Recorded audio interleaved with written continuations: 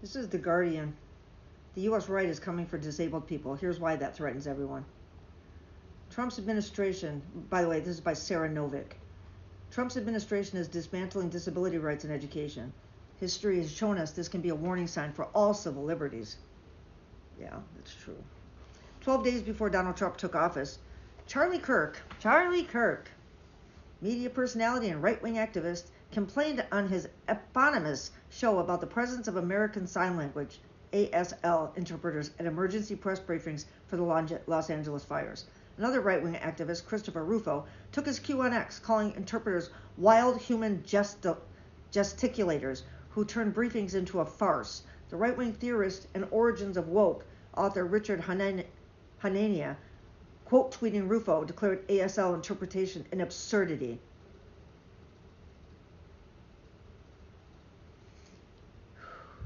It's going to take me a minute to get through this. This is fucking sick. Around this time, Elon Musk was skulking around the platform, campaigning to bring back the R word. Use of the slur tripled on X after his post. To those with less knowledge of disability history, these attacks might read as gross, but ultimately toothless. Activists, though, quickly sounded the alarm. The incoming administration would be coming for disabled people. To the deaf community, the fight for accessibility is nothing new, said Sarah Miller, a deaf educator and community advocate. However, Miller said that she'd seen a burgeoning movement against accessibility from conservatives with large platforms, including during the first Trump administration, when the National Association of the Deaf had to sue to have ASL interpreters during the 2020 COVID briefings. But when looking at history of the first term of the Trump administration, and currently how diversity, equity, inclusion, and accessibility is being targeted, it's not hard to see the correlation. Manufacturing cultural outrage to justify policy that would have previously been considered too cruel or damaging is a staple of the far-right playbook.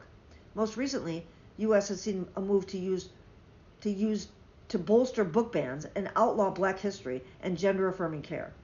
This play-by-play is always the same. Social media followers take their marching orders, hurling discontent at the specified targets and regurgitating talking points. Eventually, the idea becomes so ubiquitous they are adopted by politicians who use them to engage their base. Finally, the talking point becomes the policy itself, and the politicians claim they have a mandate from the people to justify stripping away the rights of the marginalized. That is exactly how this happened. Exactly how this happens. Fast forward to January 1st, 2025, when the accessibility page and all ASL content were removed from the White House website. Then, real-life interpreters were removed from the White House and across multiple federal agencies whose accommodations divisions were dismantled under Trump's anti-DEIA orders. Alongside diversity and women, words like accessibility and disability have also been listed as grounds to flag or reject grant applications at the National Science Foundation, sparking concerns at other federal agencies and research institutions. And last week, the Department of Justice, which is charged with enforcing the Americans with Disabilities Act, began to rescind key guidance, justifying the move by suggesting that accessibility is the reason for cost of living increases. Bullshit.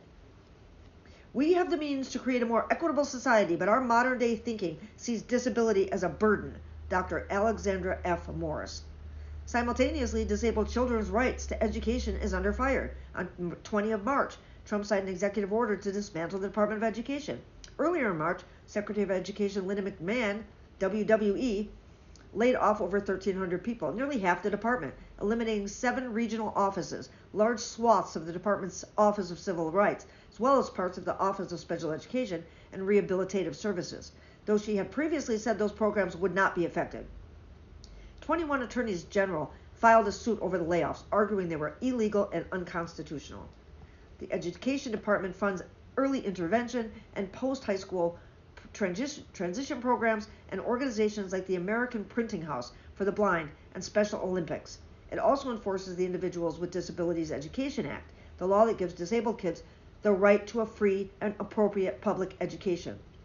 A child's needs and services are documented in a legally binding agreement known as an individualized education program, providing services like speech, physical and occupational therapy, and the use of specialized curriculum.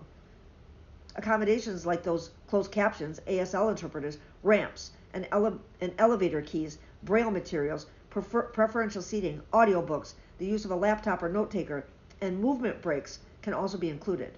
Without these plans, disabled students may be inside the classroom, but they will not be meaningfully educated. Now the director of the Office of Special Education position is vacant. Disabled people's rights in other government spaces are also under fire. The lawsuit, Texas v. Becerra, calls on a judge to declare Section 504 of the Rehabilitation Act of 1973, which prevents the U.S. government or any entity that receives federal money from discriminating on the basis of disability, unconstitutional.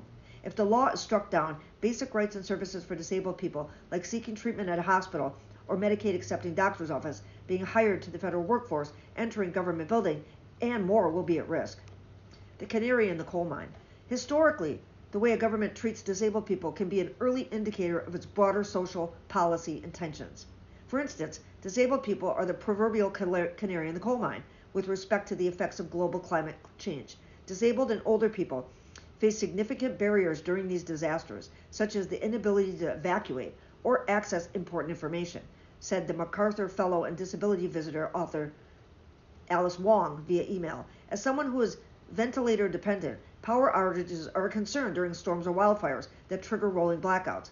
I am privileged enough to have some backup batteries, but they would not last more than 1 or 2 days. I guffaw when federal and state agencies give advice such as preparing a go bag and stocking extra medications, because that is simply out of reach for many disabled people. Recent wildfires in Los Angeles provide one such example in the tragic story of Anthony Mitchell and his son, both wheelchair users, who called for help but were instead left to die. Leaving disabled people behind is not new to the American political landscape. The U.S. has a history of eradicating the disabled. Eugenics, the pseudoscientific belief that humans should be bred for desirable traits and suppress the undesirable ones, rose to popularity in the U.S. and globally during the late 19th century. The first eugenics-based law in the world was passed in the U.S. Indiana's 1907 Act to Prevent the Procreation of Confined Criminals, Idiots, Imbeciles, and Rapists targeted disabled people in state schools and institutions and incarcerated people by mandating sterilization for criminals, idiots, rapists, and imbeciles in state custody. You know, the NABI, they would go on to praise the U.S.'s codified eugenics and racism in their 1934 handbook. In Germany, the convergence of two mass disabling events, the Spanish flu pandemic and the First World War, wreaked economic strife, the rationing of food and medicine, and overcrowding in institutions and long-term hospitals. Calls from the German eugenics to stamp out what they called life unworthy of life began in the 20s, even before little Mr. Mustache Man came to power. By 1933, the magazine Volk and Ross was publishing a variety of eugenics propaganda, including a political cartoon featuring images of large money bags labeled "a slow learner" that educate mentally ill and blind or deaf-born school children bore the caption. This illustration depicts the burden of maintaining the socially unfit.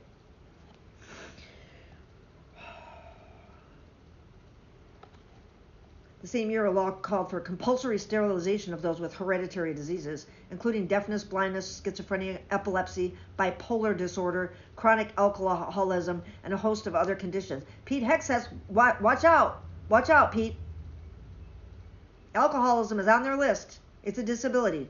In 1935, expansion of the law required mandatory abortions on the fetus of a parent with one of the listed conditions. Approximately 400,000 disabled people were sterilized in Germany and annexed territories during this period. More extensive propaganda campaigns declared disabled people as useless eaters were launched through various media in Germany. The arts, including in literature, documentaries, and narrative film, posed a solution: mercy killings.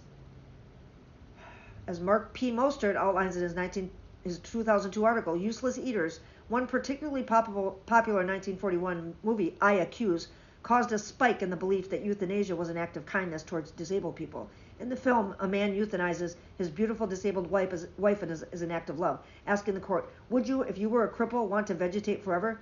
The court acquits. The movie's final scenes declares, "Love is medicine." Support for you. We're talking about euthanasia here, okay? We're talking about euthanasia. I will be right back with part 2.